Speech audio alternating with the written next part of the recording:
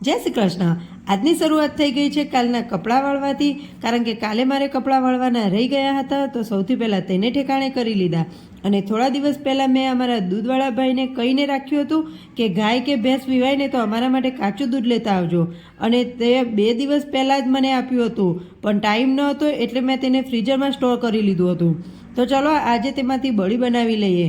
કાચા દૂધમાં મેં થોડી ખાંડ, એલાયચી અને થોડું જાયફળ નાખીને મસ્ત રીતે મિક્સ કરી લીધું, અને સાથે ઢોકળિયામાં પાણી ગરમ કરવા પણ મૂકી દીધું।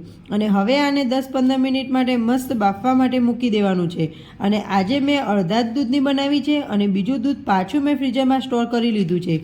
10 મિનિટમાં તો આપણી બળી બની પણ ગઈ। વિયાન નાનો હતો ને ત્યારે તેને બહુ જ પસંદ હતી, અને આજે તેને ટેસ્ટ પણ ના કર્યો। ચલો હવે જેના માટે બનાવી છે તેને પણ ટેસ્ટ કરાવી લઉં, કેમ કે આદિત્યની તો આમ બહુ જ ફેવરેટ વસ્તુ છે। બસ મારી કરેલી મહેનત તો એમના રિઝલ્ટથી જ મને ફળી ગઈ।